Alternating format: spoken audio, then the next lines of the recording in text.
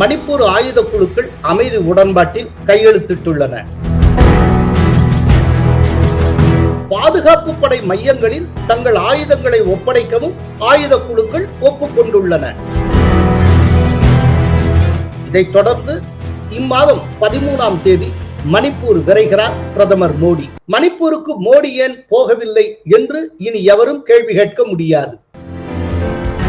Kolahalas TV YouTube channel, இது வாய்மையின் எக்காலம். வணக்கம் நண்பர்களே. மணிப்பூர் பிரச்சனை முடிவுக்கு வருகிறது, அமைதி திரும்புகிறது. மணிப்பூர் ஆயுத குழுக்கள் அமைதி உடன்பாட்டில் கையெழுத்திட்டுள்ளன.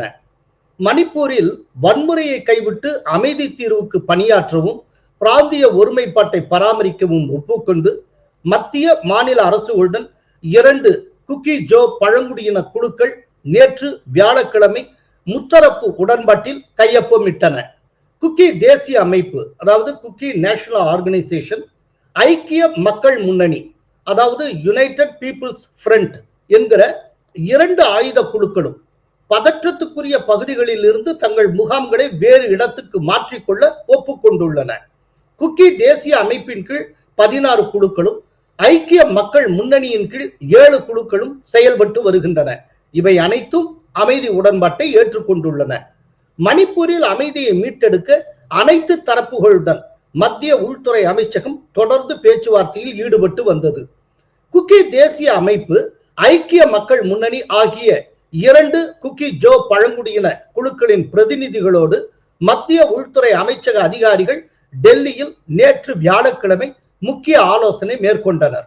இந்த கூட்டத்தின் நிறைவாக குக்கி ஜோ குழுக்கள் மத்திய அரசு, மணிப்பூர் மாநில அரசு ஆகியவற்றுக்கு இடையே மாற்றியமைக்கப்பட்ட நிபந்தனைகள் மற்றும் அடிப்படை விதிமுறைகளின் கீழ் நடவடிக்கை நிறுத்த முத்தரப்பு அமைதி ஒப்பந்தம் கையெழுத்தானது.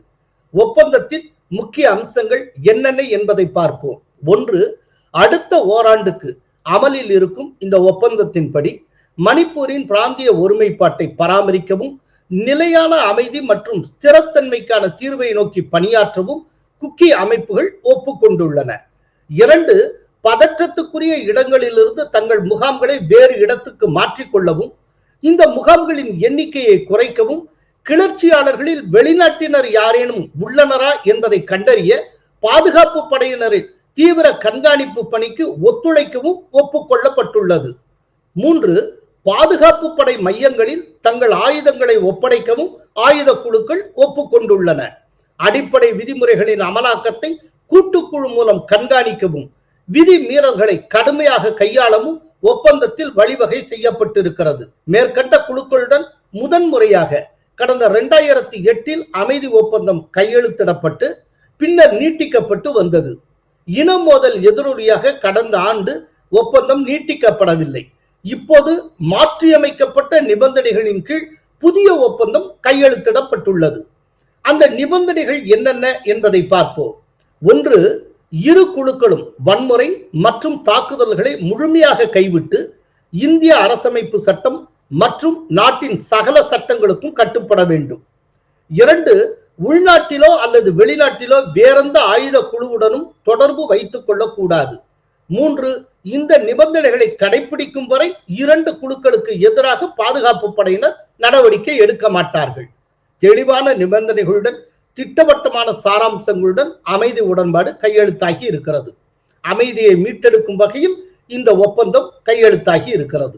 இதைத் தொடர்ந்து இம்மாதம் 13ஆம் தேதி மணிப்பூர் விரைகிறார் பிரதமர் மோடி. மணிப்பூருக்கு மோடி ஏன் போகவில்லை என்று இனி எவரும் கேள்வி கேட்க முடியாது. இதனிடையே இம்பால் திமாப்பூர் இடையிலான தேசிய நெடுஞ்சாலை NH2வில் போதிய பாதுகாப்பு தரப்படும் என மத்திய உள்துறை அமைச்சகம் உறுதியளித்ததை தொடர்ந்து அதை திறக்க குக்கி ஜோ கவுன்சில் ஒப்புக்கொண்டிருக்கிறது.